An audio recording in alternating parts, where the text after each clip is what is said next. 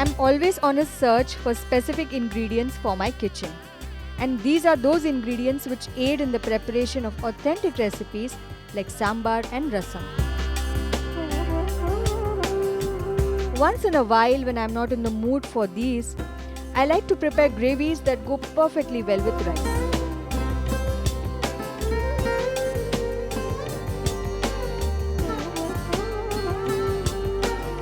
Today let's learn to prepare a spice mix which is called as pitle podi.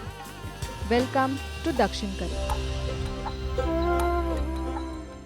Every pantry has these basic spice mixes, right? Ours will usually have sambar podi, it will have rasam podi, dosa madaga podi.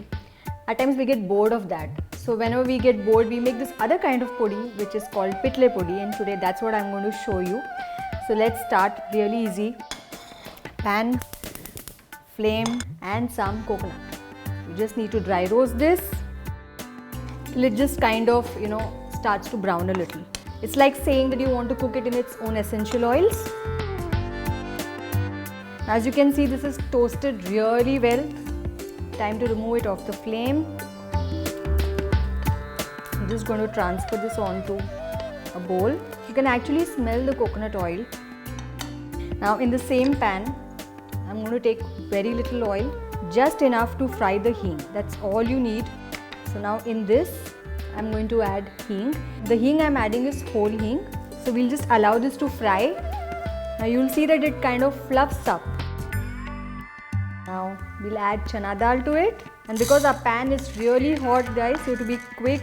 You don't want your dal to brown or rather get charred. You want it to brown, but just a nice pale pink color. Now at this stage, I'm going to add urad dal and cook this too. And this is so easy to make. Once you make it, once you prepare, cool and store it, you can keep it in the refrigerator for around a week. Though we usually like to prepare it, fresh. There are also versions where people will make this with copra.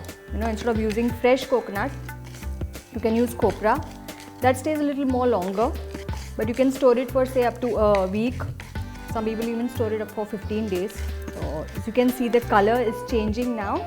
At this stage, we'll add dhania seeds, which is also called as coriander seeds. Now when this starts to splutter a little, we'll add chilies, which is going to spice up the recipe.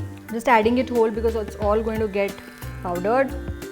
Now pitles are usually a little spicy because in the gravies, whenever we make a pitle recipe, what we do is we add jaggery towards the end.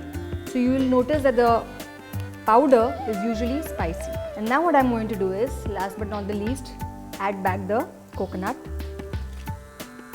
I'm just going to give this a nice mix, and once that is done, I'm just going to switch off the flame and allow this whole thing to cool down completely. Once it's cooled down, we'll powder it. So this mixture is ready. Let's grind this.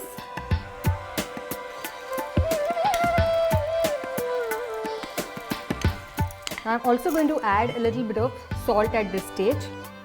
Now, let's grind.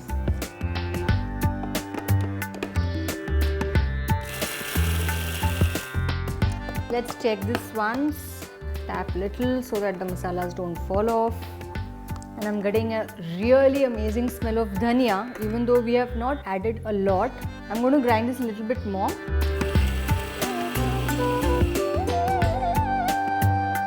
This seems done.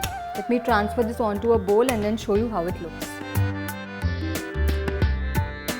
So now you have one more spice mix to add to your pantry. If you're going to make this recipe, which I'm sure that you are, I'm looking forward to your feedback. And definitely don't forget to like, share and subscribe to India Food Network.